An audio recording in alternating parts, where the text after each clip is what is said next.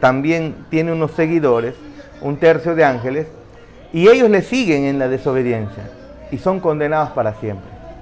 Pero Dios creador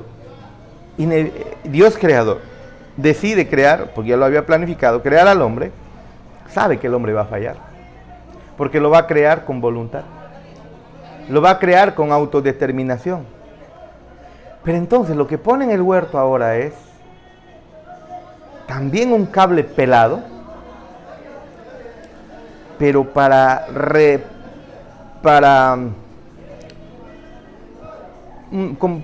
así decir, como un veneno pone en el huerto del Edén, diciéndoles no lo hagan porque el día que mueren van a morir. Pero antes de eso, Dios ya tenía el antídoto por si ellos fallaban. ¿Ve? Y así ocurrió. Ahora, el antídoto es lo que nos debe a nosotros causar asombro, ¿no?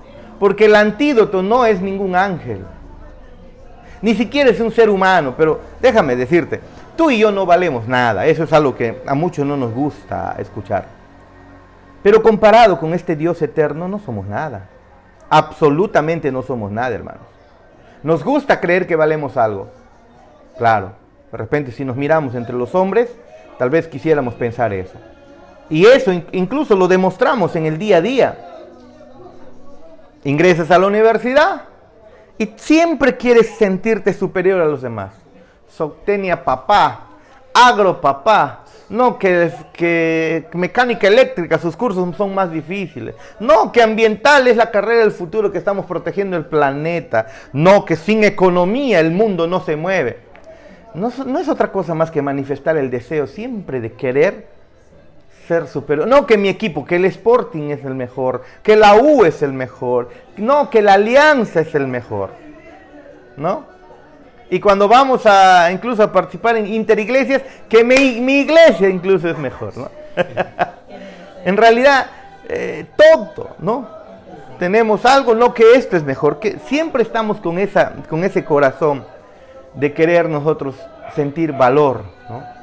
De demostrar que tenemos más valía en comparación de los demás. Pero en realidad no somos nada delante de Dios. Y miren ustedes lo que dice. Yo les he leído para aquellos, Alan, Gracie, que hemos leído el Isaías 46, 9, y se los voy a volver a leer.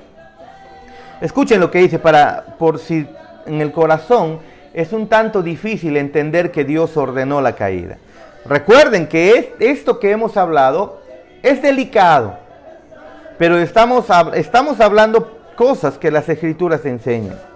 Pero también tu corazón y mi corazón, que todavía está inclinado al mal, pudiera tomar esta verdad para decir, ay, como Dios ha ordenado el pecado, también lo ha ordenado el mío, pues. Y entonces olvidamos la otra doctrina, que el ser humano es responsable. Y Dios hizo al hombre responsable, con autodeterminación, y lo hizo responsable de sus actos. Y entonces miren, pero este Dios maravilloso en Isaías 49, 6. Acordaos de las cosas pasadas, desde los tiempos antiguos, porque yo soy Dios y no hay otro Dios, y nada hay semejante a mí, que anuncio lo por venir desde el principio, y desde la antigüedad lo que aún no era hecho, que digo, mi consejo permanecerá y haré todo lo que quiero. Si esto no es soberanía, hermanos, díganme ustedes qué cosa es soberanía. Si se percatan, este es un Dios todopoderoso y soberano, ¿no? Que ha ordenado todo lo que ocurre en el universo, incluso la caída del hombre. Pero esa caída Dios ordenó que ocurra a través de las acciones voluntarias tanto de Satanás, Adán y Eva. Tu pecado es tu responsabilidad. Pero yo les dije la semana pasada, al final de cuentas el pecado no es problema. Porque Dios tuvo, desde antes de crear al hombre, antes de crear el universo, Dios tenía el antídoto para ese pecado. Y ese antídoto no solamente sería iba a corregir el problema del hombre, sino que ese antídoto incluso lo iba a llevar a un estado más de bienaventuranza. ¿Ve? Ese antídoto es Cristo. O sea, si tú ves a la Trinidad, mis amados hermanos, es Dios mismo en toda la eternidad con una comunión perfecta, pero decidiendo romper esa comunión, por así decirlo, para que la segunda persona de la Trinidad, de comunión perfecta, eterna, pague el pecado de ese hombre que iba a fallar, porque Dios le dio voluntad. Tarde o temprano el hombre iba a fallar. Sí que lo iba a hacer, pero recuerden, a Dios no lo cogió por sorpresa. Ahora, ¿a ti te parece eso un tanto complicado? Pues Romanos 9 es un poco más cruel, por así decirlo. Más cruel en el sentido de que a nuestra carne no les gusta escuchar estas cosas, ¿no? Pero escuche lo que dice Romanos capítulo 9, por favor. Que lo hemos leído en muchas ocasiones. Dice lo siguiente. Capítulo 9, versículo 9. Porque la palabra de la promesa es esta: por este tiempo vendré y Sara tendrá un hijo. Está remontándose a Abraham, ¿no? Y no solo esto, sino también cuando Rebeca concibió de Isaac, nuestro padre, pues no habían aún nacido, ni habían hecho aún ni bien ni mal. Escuchen, para que el propósito de Dios conforme a la elección eterna, permaneciere, no por las obras, sino porque llama, se le dijo, el mayor va a servir al menor y punto. Eso no debía haber ocurrido en el contexto de esos tiempos. El menor serviría al mayor. Pero acá dice, el mayor serviría al menor. Cambia lo que está, el orden natural humano, Dios lo cambia. Y sigue diciendo, y se le dijo, el mayor servirá al menor. Como está escrito, a Jacob amé y a universitario de deportes aborrecí. 14. ¿Qué pues? Perdón. Como está escrito, a Jacob amé, mas a Esaú aborrecí, dice, ¿no? Para que no se moleste. 14. ¿Qué pues diremos? ¿Que hay injusticia en Dios? Es la pregunta que viene al corazón, ¿sí o no, Teo? Un tanto, ¿no? Un tanto, ¿no? Es que esa pregunta no tiene sentido cuando uno del versículo dice que la humanidad no es nada en comparación. ¿Por qué renegarme? ¿Por qué sentir que es injusto? Si al fin y al cabo no somos nada. Ya, y es lo que viene, mira. Es lo que va a decir. ¿Qué pues diremos? ¿Que hay injusticia en Dios? En ninguna manera. Pues a Moisés dice, tendré misericordia del que yo tenga misericordia, y me compadeceré del que yo me compadezca. Así que no depende del que quiere ni del que corre, sino de Dios que tiene misericordia. Porque la Escritura dice a Faraón, para esto mismo te he levantado, para mostrar en ti mi poder, y para que mi nombre sea anunciado por toda la tierra. De manera que de quien quiere tiene misericordia, y al que quiere endurecer, endurece. Bien, y entonces otra vez el corazón enojado, ¿no? Molesto. Pero me dirás, ¿por qué pues inculpa? Porque ¿quién ha resistido a la voluntad de Dios? Obviamente nadie. Mas antes, oh hombre, ¿quién eres tú para que alterques con Dios? ¿Dirá el vaso de barro al que lo formó, ¿por qué me has hecho así? ¿O no tiene potestad el alfarero sobre el barro para hacer de la misma masa un vaso para honra y otro para deshonra? ¿Y qué si Dios, queriendo mostrar su ira y hacer notorio su poder, soportó con mucha paciencia los vasos de ira preparados para destrucción? Y para hacer notorias las riquezas de su gloria, las mostró para con los vasos de misericordia que él preparó de antemano para gloria. Wow. A los cuales también ha llamado, esto es, a nosotros, No solo de los judíos, sino también de los gentiles. Nosotros nos incomodamos seguramente en nuestros corazones. Pero, o sea, ¿qué clase de Dios es este al final? ¿No? Crea vasos de honra y vasos para deshonra. Creo que usted se percata qué significa eso. Vasos para condenación, vasos para salvación. Pero, ¿sabes? No hay esa perdición que tiene el hombre. Recuerden que es voluntaria. Opta por ello. Lo que deberíamos preguntarnos es, y agradecidos es, porque deberíamos estar en el mismo camino, porque no hay ni uno solo que no tenga el corazón desviado a la maldad. Pero de esos desviados a la maldad, Dios rescató. Y de esos que rescató, debes valorar que tú seas uno de ellos, lejos de enojarse. ¿Ve? Miren, les cuento. En el año 96, por 2 oportunidades, helicópteros de la policía, o de la FAB, creo, de aquí en Tingomaría, aterrizaron en el Gómez Arias Dávila. Uno de ellos fue el año 96, y después me cuenta un profesor, yo pensé que era la única vez, el 97, cuando yo ya salí del Gómez. Miren, estábamos haciendo educación física, y entonces habían programado venir y habían anunciado al colegio que iba a aterrizar el helicóptero al Gómez, ¿no? Aterriza, y el profesor Juanito, quien falleció, ¿no? El profesor Juanito, papá de Manuel Ramírez, que va a la iglesia, ¿no? De la hermana Juanita, su esposo era, ¿no? Ya ellos vivían los separados, ¿no? Pero su esposo, el profesor Juanito, dice, muy bien, de todo mi salón, en ese tiempo éramos como 58 alumnos, así era el Gómez antes, ¿no? 58 alumnos metidos en un salón, nos sentábamos de 3, a veces de 2, pero también a veces de 3, en una carpeta, ¿no? Y entonces el profesor Juanito dice, ya, a ver, Jarvis, Jimmy, Jairo, Sevillano, Yul, 5 personas nomás, de todos casi como 25 alumnos de mi salón, y no solamente eso, de todo el 5º año y de todo el colegio, solamente escogieron a 5. Solamente escogieron a 5. Y entonces, ¿saben qué es lo que ocurrió? Nos llevó el helicóptero, subimos, nosotros ni habíamos pensado, amanecimos como cualquier día.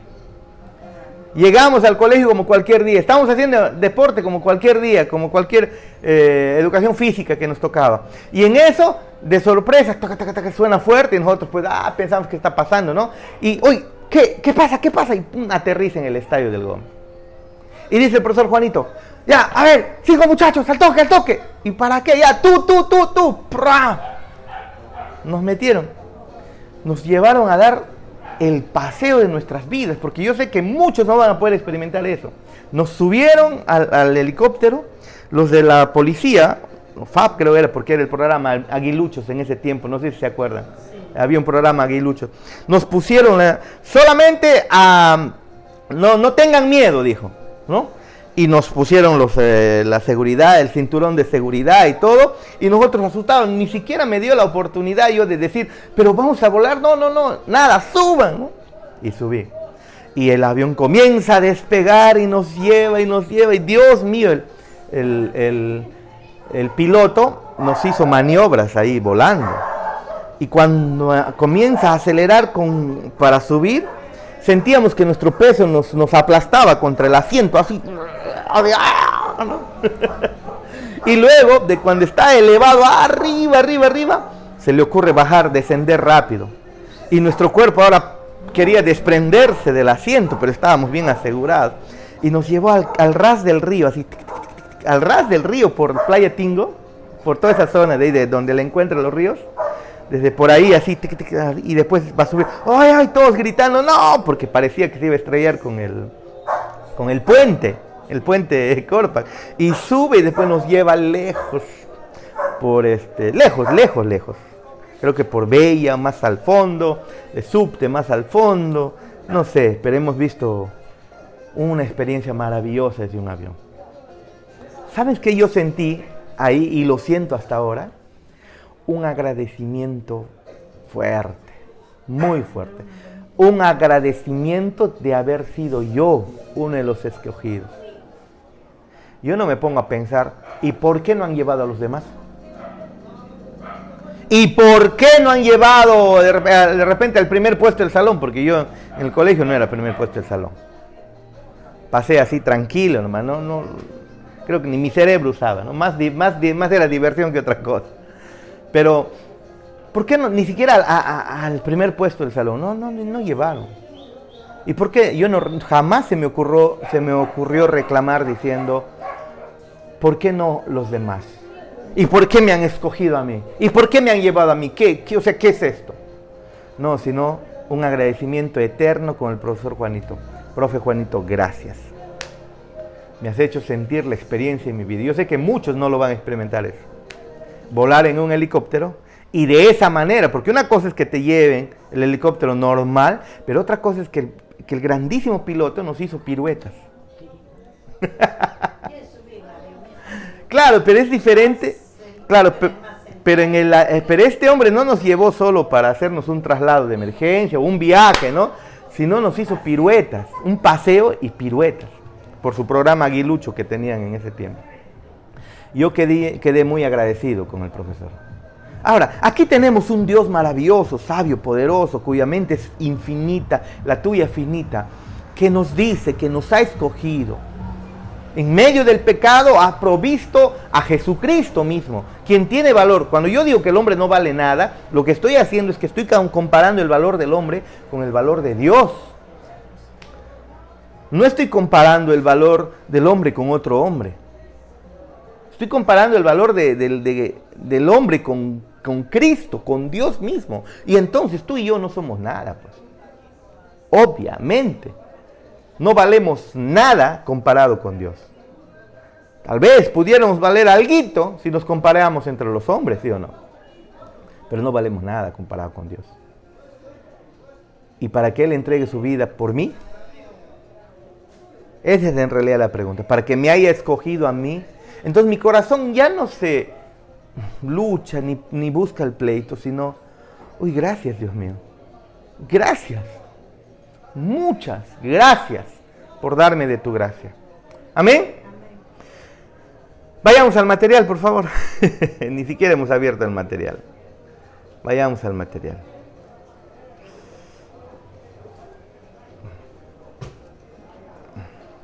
Terminemos, ¿no? Nos falta terminar ese pedacito, ¿no? ¿No es así o no? Sí. ¿Qué parte es?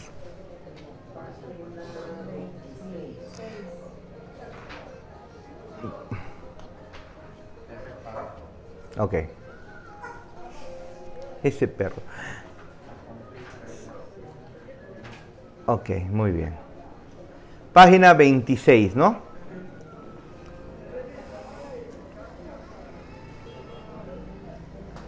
Desde la pregunta anterior, ¿no? Nosotros veíamos en la página anterior, en la página 25, un texto maravilloso, ¿no? En Romanos 11:33 que dice: oh profundidad de las riquezas de la sabiduría y de la ciencia de Dios, cuán insondables son sus juicios e inescrutables sus caminos. Porque ¿quién entendió la mente del Señor? ¿O quién fue su consejero? ¿O quién le dio a él primero para que le fuese recompensado? Porque de él y por él y para él son todas las cosas. A él sea la gloria por los siglos. Amén. ¿Quién le enseñó? ¿Qué profundidad, dice, de las riquezas, de la sabiduría, de la ciencia de Dios? Insondables son sus juicios. No intentes entender lo que Dios hizo. Acepta lo que está en las Escrituras, ¿no? Entonces, ¿cuál es el propósito de Dios o el propósito eterno de Dios en la caída? Pues el mismo propósito que el pucacuro, el mismo propósito que el perro, el mismo propósito que las aguas, que el universo, que la mariposa, el mismo propósito que tienes tú. ¿Cuál es? ¿Cuál es el propósito final por el cual Dios hace las cosas? Teo. La gloria de su nombre. Por lo tanto, la caída de Adán y Eva también Dios lo hizo para la gloria de su nombre. Dios lo ordenó. Pero recuerden, ordenar, ¿qué significa y qué no significa? Porque si no estamos en problemas y no sabemos qué significa, ¿no? Dios ama al mundo. ¿Sabes? Ese es el problema, especialmente en la idiosincrasia latinoamericana. Nosotros no meditamos en las palabras. Nosotros solamente leemos sin tanto meditar. Miren, y hoy, ustedes saben que yo, Ayadayo y hasta Joshua, por el tema de preparación, por el tema de que estén preparados para todo, siempre estoy enseñándoles de todo. Hasta Joshua le he hecho manejar carro, ¿no es así? Ustedes lo han visto, ¿no? Hasta Joshua le he hecho manejar carro. ¿Por qué? ¿Alguna vez una emergencia? Mi papá se falleció con un paro cardiorrespiratorio, no pudieron llevarle rápido porque estaba con su esposa, ¿no? No había familiares cercanos y no pudieron llevarle rápido a un hospital, pero había ahí un carro, había un camión. No solamente camión, había carros con los cuales su esposa pudo haberlo puesto en el carro y llevarlo al hospital que estaba cerca. Estaban en Lima, pero no, murió nomás. Entonces, a Joshua a todos les enseñé a manejar carro, pero a Joy le enseñé desde el carro negro, que se tuvo el primer negro, manejó, mecánico. El otro carro blanco, el plata, todos los carros Joy manejó. Incluso este carro blanco que ahora tenemos, se arranca con botón nomás, no necesitas llaves, ¿no? Pero el otro día le digo, Joy, miren,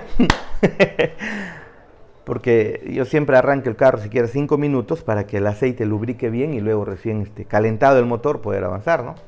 Y eso usa gasolina, eso es lo doloroso, que cada arranque usa al inicio gasolina, ¿no? La gasolina es cara. Entonces le digo, Joy, caliéntame el carro, bueno, prende el carro.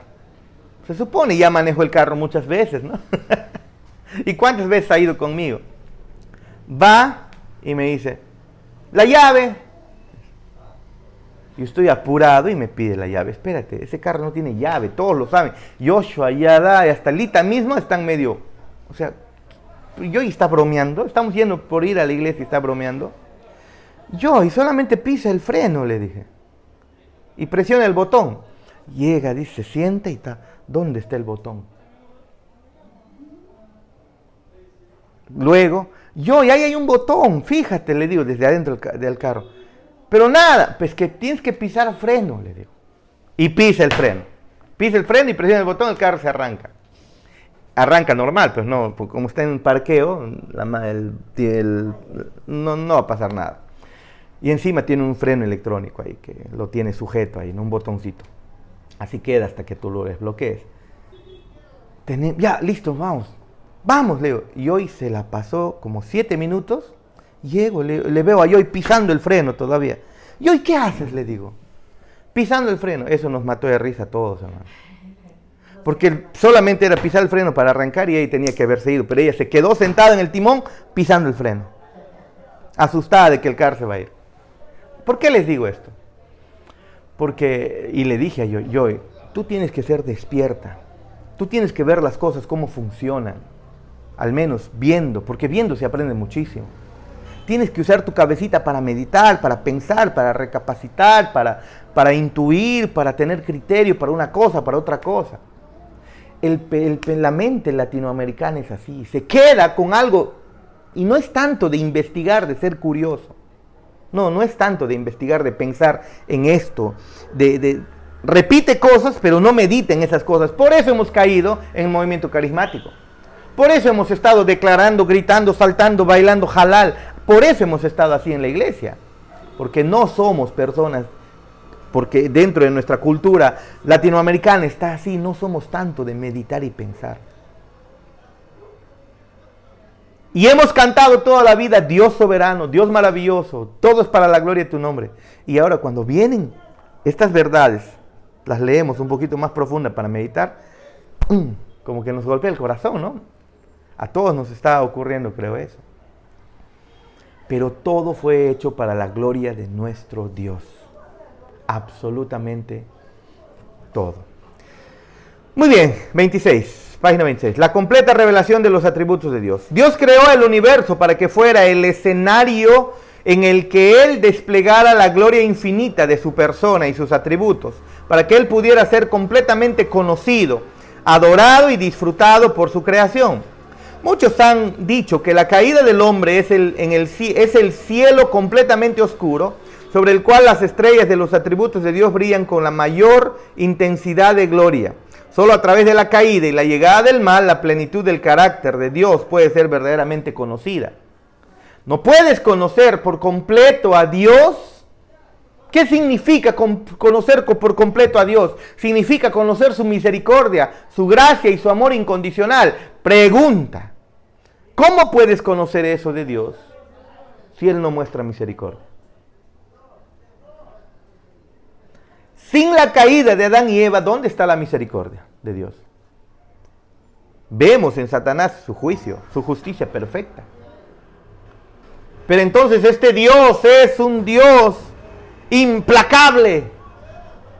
Y entonces Dios lo tenía todo pensado. La completa revelación de quién es Él era lo que Él tenía en mente cuando ordenó la caída. Con la caída voluntaria del hombre, porque Él decretó que sea voluntariamente el hombre caiga, Dios manifestaría su misericordia, que es lo que cantamos. Eliana lanzó, hoy día puso un cántico de la IBI, ¿no? Que ya lo publicaron en la IBI hace mucho tiempo. Pero Eliana parece que hoy día recién lo encontró y lo publicó, ¿no? Y hermosa canción. ¿Has escuchado esa canción? ¿De qué habla? Una vez más, de las glorias de nuestro Cristo, al tener misericordia por ti y por mí. ¿Se dan cuenta? Sigamos. Cuando el cristiano adora a Dios, ¿cuáles son los atributos que más atesora? ¿No son la misericordia, la gracia y el amor incondicional de Dios? ¿No son los atributos, los atributos divinos más exaltados en todos los grandes himnos de la iglesia? ¿Cómo podrían ser conocidos estos atributos si no fuera por la caída del hombre? El amor incondicional solo puede ser otorgado a los hombres que no merecen ser amados. El hombre no merecía porque voluntariamente falló. La misericordia solo puede ser derramada desde el trono de Dios sobre los hombres que merecen ser condenados. La gracia solo puede ser concedida a hombres que no han hecho nada para ganársela. Nuestra condición caída es por culpa nuestra y somos obligados a tomar completa responsabilidad por esta. Sin embargo, es en el oscuro escenario de nuestra caída que la gracia y la misericordia de Dios toman el lugar central y brillan delante de una audiencia de hombres, y no solamente de hombres, sino una audiencia de ángeles.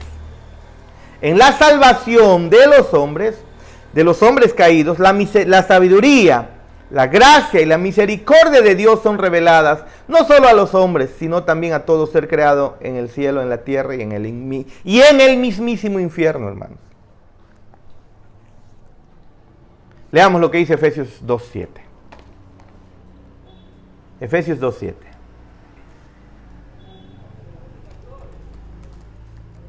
Dice a Paul Washer un día, una mujer le quería pegar y le dijo, ese no es el Dios ese no es el Dios a quien yo adoro, algo así, ¿no? Y Paul Washer, pues estoy parafraseando, ¿no? Como que responde, es cierto, porque tú no adoras a Dios. Paul Washer dice en uno de sus sermones, si los hombres conocerían realmente quién es Dios, si realmente conocería el hombre caído quién es Dios, lo aborrecería conscientemente más todavía. Ya lo aborrece en el sentido de que no quiere saber y tener relación con Él, pero aún todavía piensa, ay, mi Diosito, no es lindo, es un Papá Noel barbón ahí todo que siempre me da regalos. Así más o menos toman a Dios. Pero cuando conocen a Dios a través de las Escrituras, dicen, ¿qué? Como que comienzan a aborrecer a ese Dios. ¿Por qué? Porque en realidad tienen una idea diferente de ese Dios. Efesios capítulo 2, versículo 7 dice lo siguiente. Desde el 4, pero Dios, que es rico en misericordia a causa de su gran amor con que nos amó, aun estando nosotros muertos en delitos, nos dio vida juntamente con Cristo. Por gracia sois salvos. Y juntamente con Cristo Jesús nos resucitó y nos hizo sentar en los lugares celestiales, para mostrar en las edades venideras las superabundantes riquezas, para mostrar en las edades venideras las superabundantes riquezas de su gracia, por su bondad hacia nosotros en Cristo Jesús, porque por gracia sois salvos por medio de la fe, y esto no de ustedes, pues es don de Dios. Versículo 10, porque somos hechura de Dios, creados en Cristo Jesús, para hacer las buenas obras que Dios preparó de antemano para que anduviésemos en ellas. Eso es soberanía total, hermanos. Capítulo 3, versículo 10 incluso. Escuchen lo que dice, del mismo Efesios. Todo esto es para que ahora sea dada a conocer por medio de la iglesia, escuchen, la multiforme sabiduría de Dios a los principados y las autoridades en los lugares celestiales, conforme al propósito eterno que realizó en Cristo Jesús, nuestro Señor. ¿Cuál es el propósito eterno, Teo? La gloria de su nombre. ¿Ve? ¿Se dan cuenta? Como dice por ahí un meme, maravillosa jugada, ¿no? Una pregunta. Al mostrar al final Al universo entero. ¿Quién es él? universo entero un atributo en el cual no se conocía que era Dios, ¿eso quiere decir que ya se cierra completamente los atributos que él tiene o hay más cosas de que no sabemos? Seguramente, no sé si lo sabremos después, pero yo creo, y no creo solamente yo, sino creo que los teólogos así lo entienden, que si Dios ha querido mostrar su gloria completamente, ya la mostró. Ya no hay nada más que mostrar de Dios. Pero esa gloria o ese ser que es Dios, la comprensión de quién es Él y lo que ha hecho, incluso dice el Apocalipsis, que viviremos adorando a este Dios, cautivados eternamente por esa sabiduría, eternamente. ¿Ok? La completa revelación de las glorias de Cristo. La más grandiosa obra de Dios es la muerte y resurrección de su Hijo para la salvación de su pueblo. Ese pueblo que iba a caer, que Dios ordenó que Cristo sea su redentor desde antes, ¿no? De ser creado incluso. Sin embargo, si el hombre no hubiera caído, no hubiera habido ni Calvario ni Salvador, ¿sí o no? Hubiera habido Calvario, hubiera habido Salvador, hubiera habido un ejemplo hermoso de amor incondicional, de vida sacrificada. Pregunta, ¿cómo vivirías tú para con tu mujer en esta tierra? ¿Qué ejemplo tendrías para servirla y amarla hasta el final?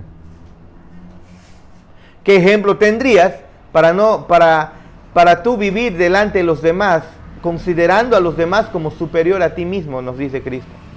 Que siendo Él el Dios mismo, se humilló para servir y lavar los pies de barros animados, ¿no? ¿Qué ejemplo tendrías? Esta verdad que nos explica más quién es Dios, nos acerca a Él y hace que lo amemos mucho más, pero sería desconocida por nosotros si no hubiera la caída.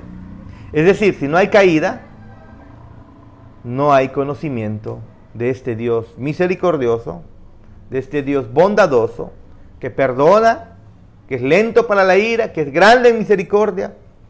Y entonces,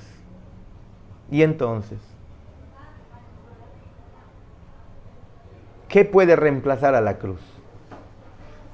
Escuchen lo que dice Juan 1:18. Juan 1:18. Dice lo siguiente: a Dios nadie lo ha visto jamás. El Dios único que está en el seno del Padre, Él lo ha dado a conocer. A Dios nadie lo ha visto jamás. el Dios único que está en el seno del Padre, Él lo ha dado a conocer. ¿Quién le dio a conocer al Padre en todo su esplendor? Cristo.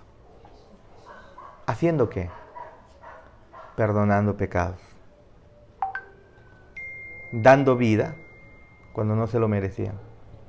Sanando cuando no se merecía. Pero sobre todo, salvando cuando no se merecía. Amén. Si tienen alguna pregunta, por favor, háganlo, ¿sí?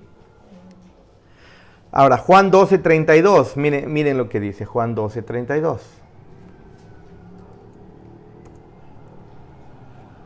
Yo lo leo. Dice lo siguiente.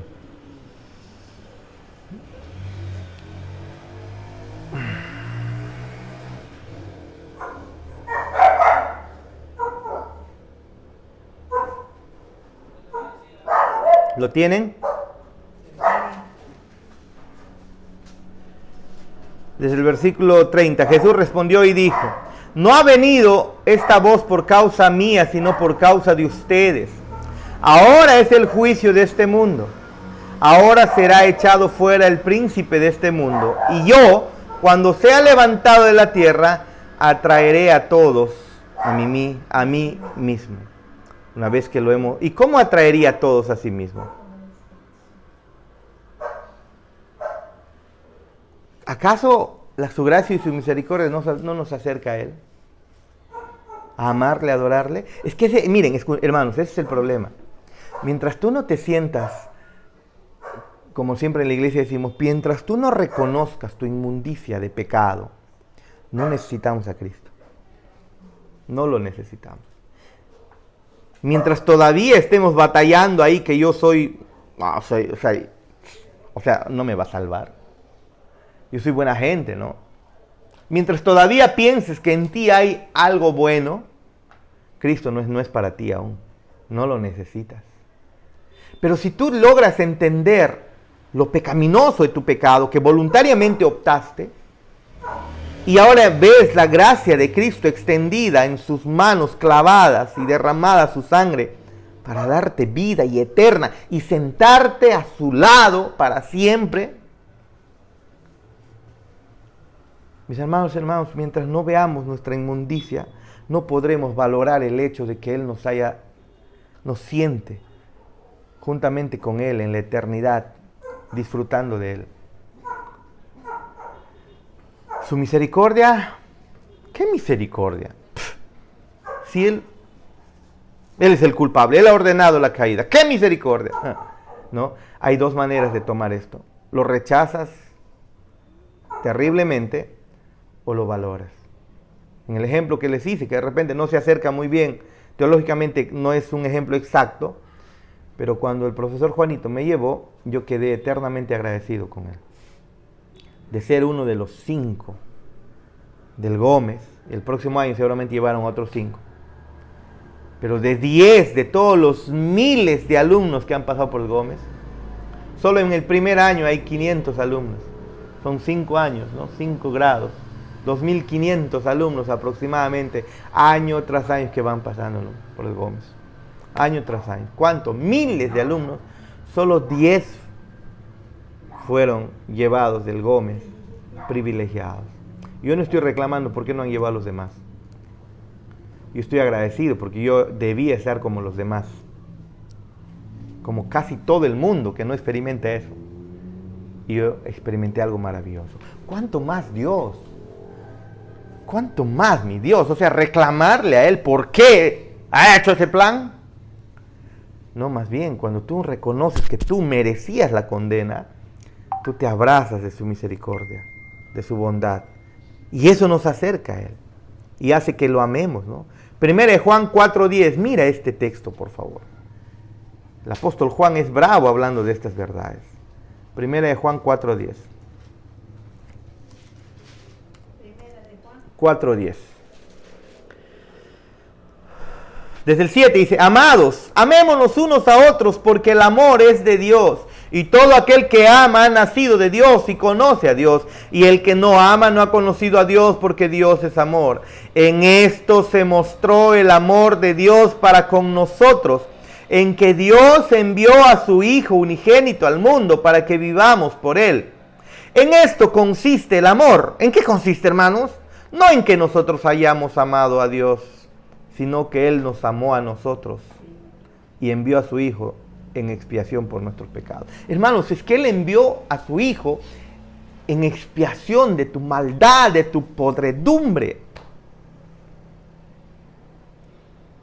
¿Qué deseo va a haber de reclamarle a este Dios cuando me está soltando en medio de mi caída al abismo de muerte segura? Me lanza su soga poderosa que me salva. ¿Qué cuestionamiento pudiera tener delante de este Dios cuando me extiende con su vida una soga de amor? Un brazo de Dios, un brazo crucificado, un brazo con horadado, ¿no? Sangrante, los brazos de amor de Cristo. O sea, ¿qué deseo de querer cuestionar a este Dios que me está salvando cuando yo no lo merecía? Sigamos. Todo esto, amados hermanos, sería desconocido para nosotros, ¿no? Incluso el versículo 19, escucha lo que dice del mismo capítulo de 1 Juan. Nosotros amamos, hermanos, porque Él nos amó primero. Qué maravillosa verdad, hermanos. Sigamos. ¿Qué tomaría su lugar? ¿Qué otro medio podría haber sido usado para demostrar las inmensurables misericordias de Dios? ¿Qué otro medio, hermanos, tomaría su lugar para mostrar lo que Dios ha hecho por nosotros? Sus misericordias de Dios. ¿Con qué otro evento Dios mostraría cuán grande es Él? Uno de los cánticos que vamos a cantar en el culto de acción de gracias es eso, cuán grande es Él. Ese cántico no tendríamos por qué cantarlo si Dios no hubiera hecho esta maravillosa obra, ¿no? Por nosotros. Hermanos, Cristo crucificado es el gran tema de todo himno, de todo sermón, de toda conversación y pensamiento cristiano digno. Si hay algo digno de pensar, lo dice Filipenses, en eso piensen. ¿Y en qué es que debemos pensar? ¿Acaso no es en las glorias de Cristo revelada en la cruz para con nosotros, inútiles pecadores?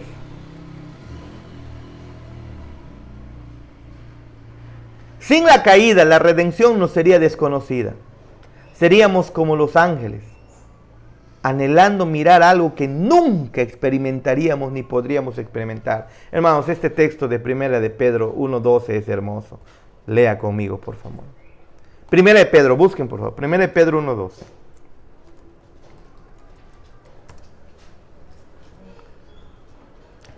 Pedro 1:12.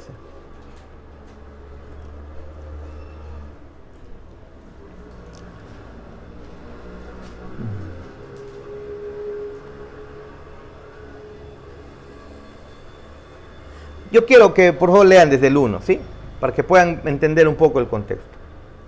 1 Pedro, por favor, capítulo 1, versículo 3. Escuchen, ¿cómo comienza aquí? Después de haber saludado el apóstol Pedro.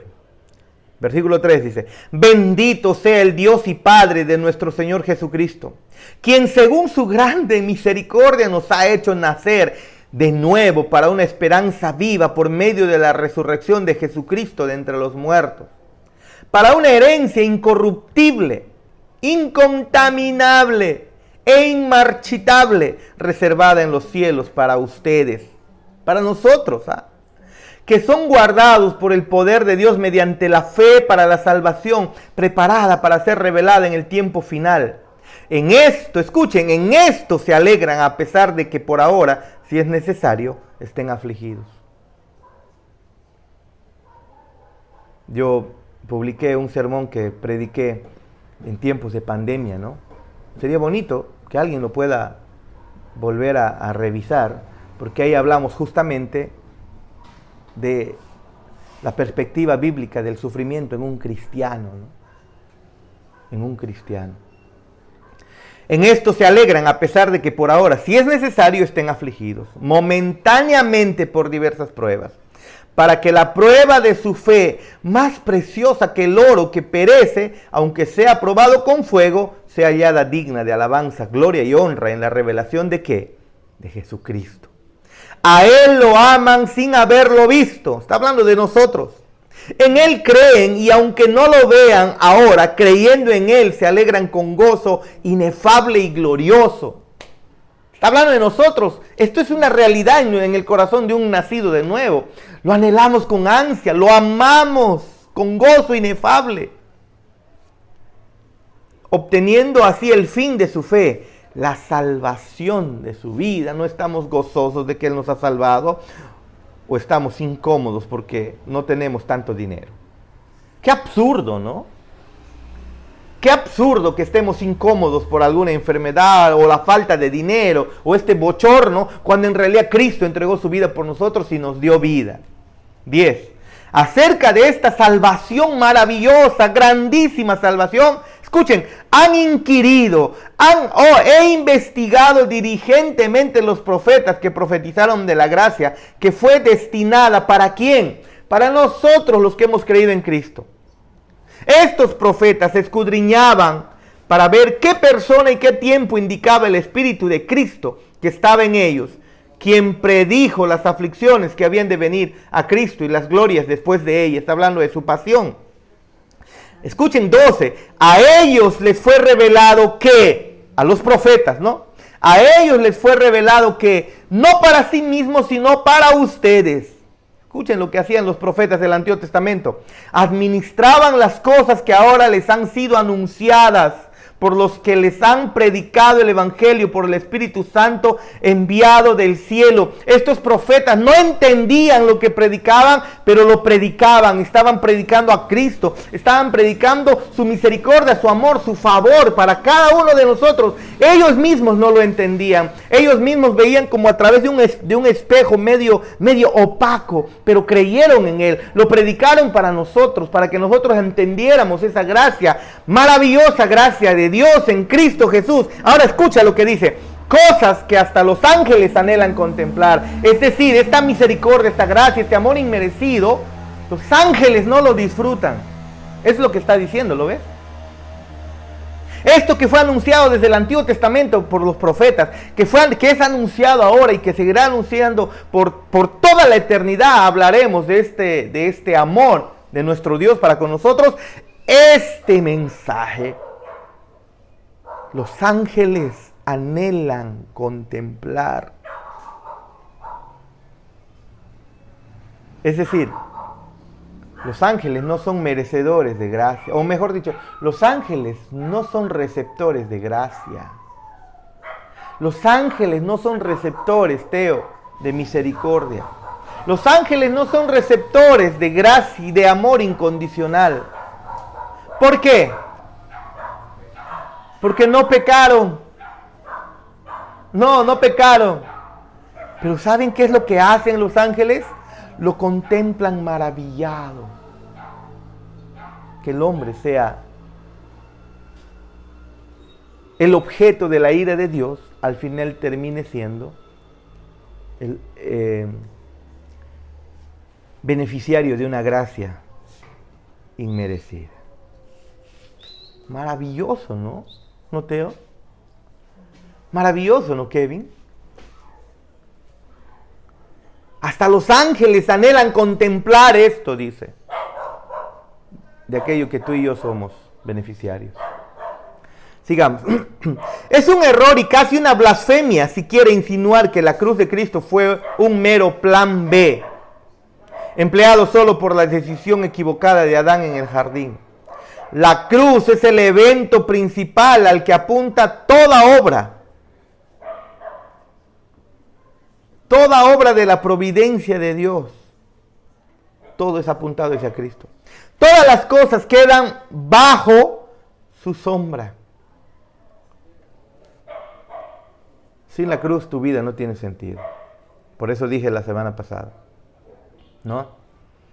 O antepasada, y creo que desde que nos paramos en el púlpito. De nada sirve el éxito y el dinero si el timón para tu vida no es la cruz de Cristo. Porque, ¿sabes? Cuando nos levantamos en el día a día, yo me pregunto, ¿cuál es el motor de la vida de las personas cuando se levantan en el día a día? ¿Qué los ayuda? ¿Qué los empuja a vivir esta vida? A ti como creyente, cuando levantas tu mirada, cuando abres tus ojos en la mañana, ¿qué te empuja a levantarte de tu cama? ¿Pagar tus deudas? Ay, qué triste sería si fuera así, hermanos. Estudiar, no estoy minimizando el estudio otra vez, de verdad, y me gusta más bien que las personas estudien y que conozcan muchísimo más todavía.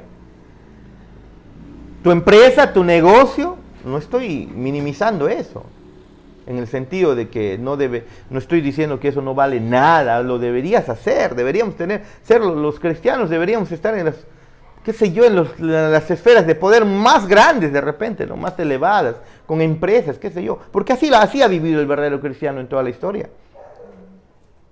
El verdadero cristiano, digo yo, ¿no? No ha sido alguien que se conformó. Pero si lo que te levanta en las mañanas no es la cruz de Cristo, qué triste es la vida cuando esa es una realidad.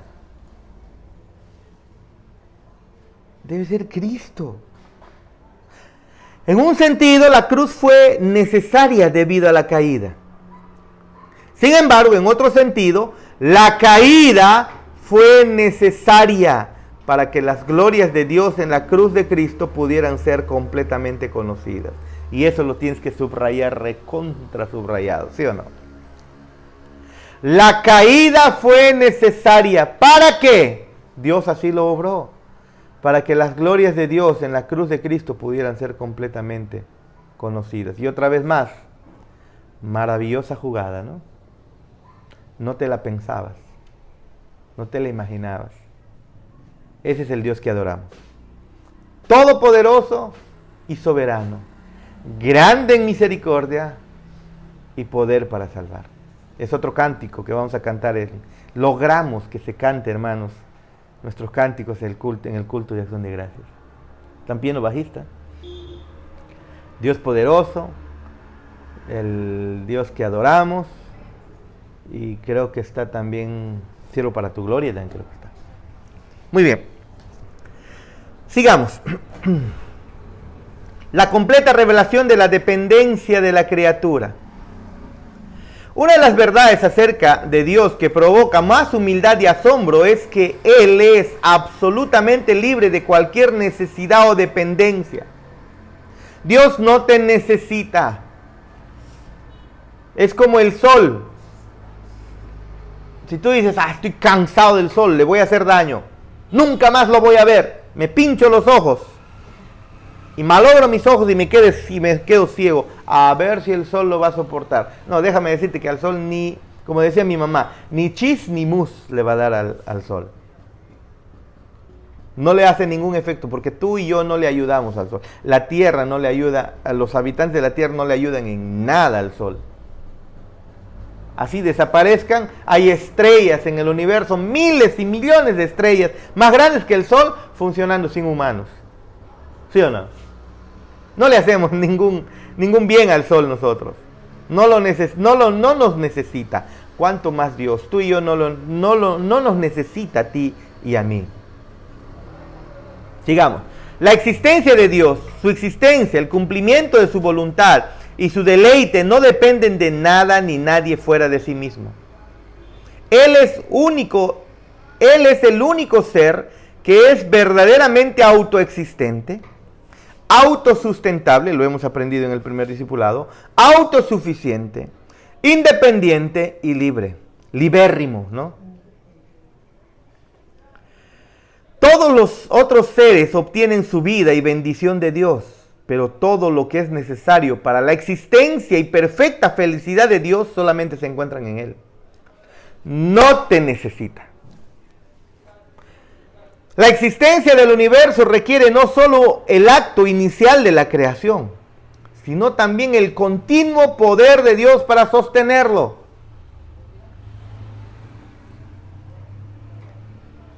Hermana Evita, para que muevas así tu pie, no lo podrías hacer sin el poder de Dios. Qué absurdo querer pensar todavía que no tiene que haber una manifestación especial para ver el poder de Dios. Espérate, cada respiro, los que están dando ahí en la clase, en el internet, cada respiro que está dando en estos momentos, Gracie, de repente son 20, 25 respiros por minuto, no lo sé, algo así aproximadamente, o 17 respiraciones por minuto. Cada respiración no lo podríamos hacer si no fuera por el poder de Dios. Eso también, el hecho de incluso hasta de inclinar nuestra cabeza, no lo pudiéramos hacer si no fuese por el poder de Dios. Teo se acaba de mover su pelo, ¿no? Su cabellera, su melena melena de león, acaba de moverlo. No lo podría hacer sin el poder de Dios. A veces queremos ver el poder de Dios, somos bien morbosos, ¿no? Nos gusta el morbo, el sensacionalismo, no es demasiado. Hermanos, no podemos ni siquiera pestañear si no fuese por el poder de Dios. La existencia del universo requiere no solamente del acto inicial de la creación de Dios, sino también el continuo poder de Dios para sostenerlo. Si Él retirara su poder por tan solo un momento, todo sería caos y destrucción. La misma verdad puede ser aplicada al carácter de los seres morales, ángeles u hombres. Adán en el Edén y Satanás en el cielo, aunque fueron creados justos y santos, no podían permanecer sin la gracia sustentadora del Dios Todopoderoso. Si Dios no los sustenta, para que no caigan. Y Dios no les dio ese sustento para que no caigan. ¿Por qué? Porque tenía un plan detrás. ¿Cuánto menos somos nosotros capaces de permanecer y cuánto más rápido caeríamos sin la misma gracia sustentadora? Hermano, ¿tú crees que has avanzado en tu santidad? Pues déjame decirte, es Dios al final. Porque voluntariamente buscarías el mal. La caída, por lo tanto, nos trae el más grande ejemplo de nuestra continua necesidad de Dios. Si no podemos prolongar nuestra existencia más allá de nuestro próximo aliento, sin la preservación de Dios, cuánto menos somos capaces de mantener cualquier grado de justicia delante de Él, apartados de su gracia. Ese es el Dios, hermanos, que adoramos. El Dios maravilloso que adoramos. Amén. Amén. La próxima semana continuamos entonces con la caída de la humanidad. Preguntas, seguramente hay alguna pregunta en la internet con Gracie, con Alan o Keren, o aquí, Kevin, Teo, hermana Evita.